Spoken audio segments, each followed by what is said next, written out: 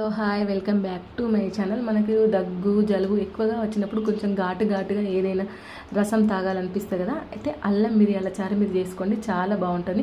ముందుగా అల్లం పొట్టు తీసి అల్లం మిరియాలు సన్నం పేస్ట్గా దంచుకొని పక్కకు పెట్టుకోవాలి. దాంట్లోనే కొంచెం వెల్లుల్లి కూడా సన్నం దంచుకొని పక్కకు పెట్టుకోవాలి. ఒక బౌల్లో కొద్దిగా ఆయిల్ వేసి ఆయిల్ హీట్ అయిన తర్వాత ఆవాలు జీలకర్ర మనం దంచుకున్న వెల్లుల్లి పేస్ట్, మిరియాలు, అల్లం పేస్ట్ వేసుకొని ఒకసారి ఆయిల్లో మంచిగా డీప్ ఫ్రై అయిన తర్వాత ఇప్పుడు ఇందులోకి కొద్దిగా కరివేపాకు, ఎండుమిర్చి, పచ్చిమిర్చి కట్ చేసినవి ఇందులో వేసి కొంచెం దగ్గర పడేంత వరకు, పచ్చి వాసన పడేంత వరకు డీప్ ఫ్రై చేసిన తర్వాత కొద్దిగా పసుపు యాడ్ చేసి మనం ఇందులో వాటర్ అయితే పోసుకోవాలి. ఇలా వాటర్ పోసుకున్న తర్వాత ఇప్పుడు ఇందులోకి తగినంత కొద్దిగా చింతపండు కడిగి పెట్టుకుంటాం కదా, ఆ చింతపండు మనం కల్లుప్పు అయినా వేసుకోవాలి, సన్నపప్పు అయినా వేసుకోవాలి. ఇలా అన్నీ వేసిన తర్వాత ఒక 10 minutes వరకు బాగా మనం మరిగించాలి. ఒకవేళ మనకు సాల్ట్ పడుతుంది అనిపిస్తే వేసుకోవచ్చు.